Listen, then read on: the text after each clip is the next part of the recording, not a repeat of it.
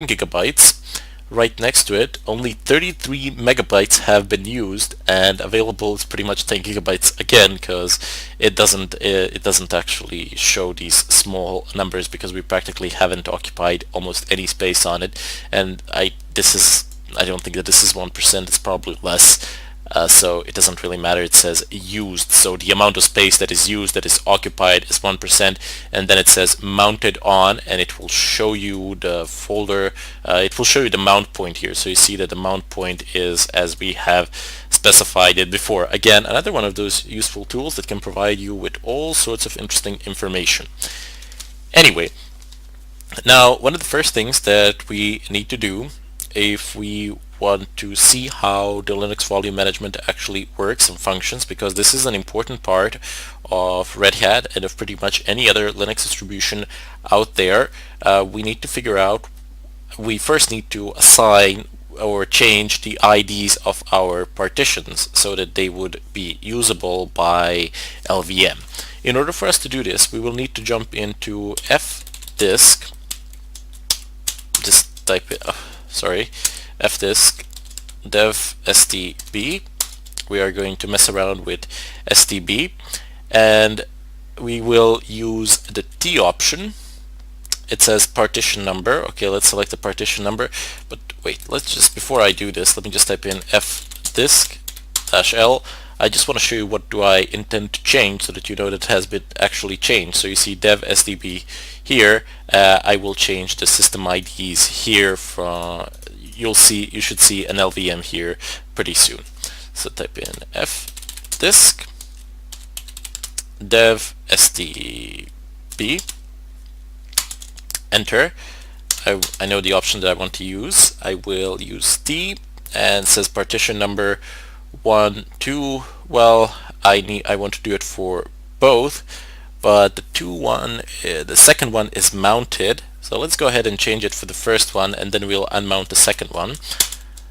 Hex code. What could that be? Well, if you want to see the hex codes for IDs, you can just go ahead and press L, and there you go. You have these hex codes for the IDs of the. I've used actually this file to show you what sort of file systems can Linux read. And okay, that's perhaps not the best of examples, but definitely you can see a lot of these things here. No big deal. Anyway, let's go ahead and search for what we actually need. So let me just go ahead and scroll through this to see it. So we have NTFS, exFAT here. We don't really want that. FAT. We don't really need those either. It should be around here somewhere. I swear if somebody sees LVM, feel free to scream, but I'm not going to hear you. Somebody might. Okay, so we don't need swap, we don't need Linux, we need, there we go. So Linux LVM, we have found it, and the hex code for that is 8E. Okay, so let's type in 8E, press enter, changed type of partition Linux to Linux LVM. Let's see what happens when we try. Let's see if we can actually change the partition, the system ID for the partition stb2. So let's go ahead and do this and use 2 and type in 8E. Changed partition of Linux to Linux LVM. So let's see if this has taken place. Right changes, and it says, okay, so I get a warning. The partition table has not been altered. To reread the partition. Oh, okay, I didn't actually mess around with the partition table. That's fine. It says down here, warning, rereading the partition table failed with error 16, device or resource busy. The kernel is still using the old table. Type in fdisk-l, but am I typing in here wrong? fdisk-l. And okay, so it has changed it, but you should definitely not do this. Unmount the system and then do it. Let me just go ahead and do it because we got a pretty serious warning there. So clear the screen. You mount MNT Udemy. Is it? Yes, it is.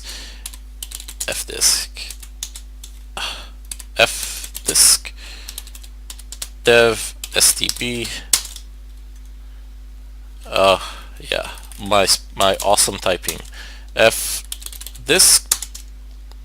Okay then, so we need to change it for the second one, 8e, and we need to change it for the first one, 8e, and let's go ahead and write these changes. Excellent. So it says the partition table has been altered. It's all fine and dandy. We don't get any warnings or errors or anything of a kind. Everything should be fine. Fdisk-L.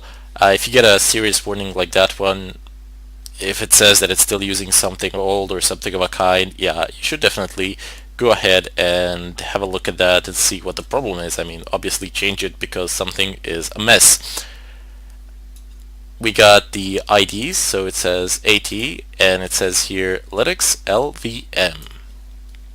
Okay, now the LVM can actually use these partitions, and that's completely useless at this point of time because we really haven't done anything to the LVM. We really haven't done anything with the LVM itself. We've just changed it for these partitions. Now LVM at later stages will allow us to dynamically resize space on the drive. We don't need to know in advance how much drive do we need for partitions, because we are able to resize it at a later point of time, and we are not, there is no need to like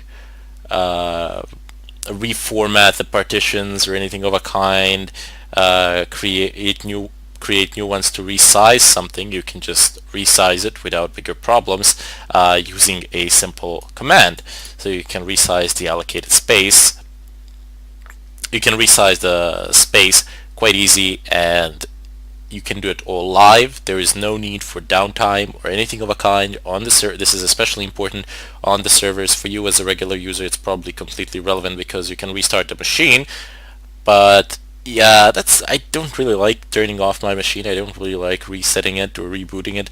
I think that the uptime on my machine and my laptop is 20-30 days, something like that, and it's functional. But as I said, it's not a big deal for home machines, but it is a big deal for big data centers or something like that. Imagine if Google had to restart their servers. Everybody in the world who uses Google services would not be able to use those services for what, maybe 5, 10, maybe even 20 minutes, depending on the system and depending on what they're doing. Wouldn't that be ridiculous? Wouldn't that be stupid?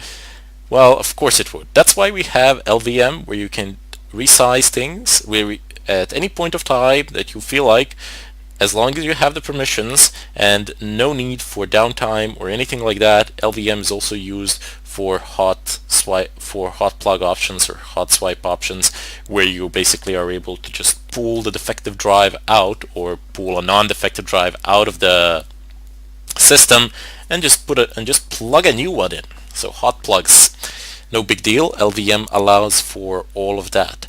Now in the follow-up tutorials, here I just wanted to introduce you to it, talk a little bit about it, and make some preparations that will come in handy in the follow-up tutorial. But in the follow-up tutorial, what we are going to talk about is the abstraction layers. So we will create the physical volumes. We will bundle them up. We will have SDB1 and SDB2, which will be put into a physical volume, and then we will create the volume groups. Well, we'll create one volume group because that's all we need, but you can create as many as you want, as many as your system allows you.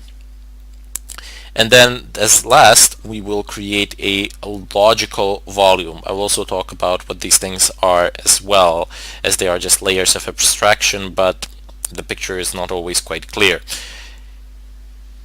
And afterwards, you will be able to see how these things can be resized live on a system without any downtime or anything of whatsoever.